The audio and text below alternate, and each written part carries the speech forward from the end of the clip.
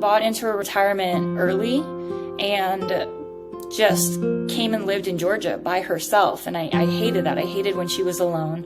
I knew the neighborhood where I lived, and so I knew she wasn't like safe.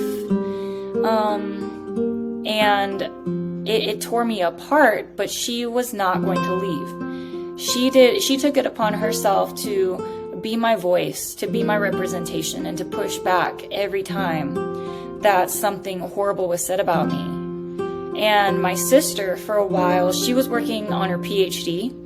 So like she was so close to finishing her PhD, and I just went and jacked everything up.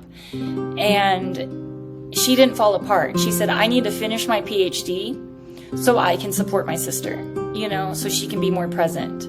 So I didn't really see or hear much from her until, you know, she finished her PhD, and then she kind of joined in the fight. You know, she's working professionally, but always willing to do an interview, always willing to do a podcast, willing to make these connections to have who I was heard. And I just I didn't expect that from her, simply because, like I said, our family history has always been let people sort it out themselves, and then we'll try talking to them when they're stable.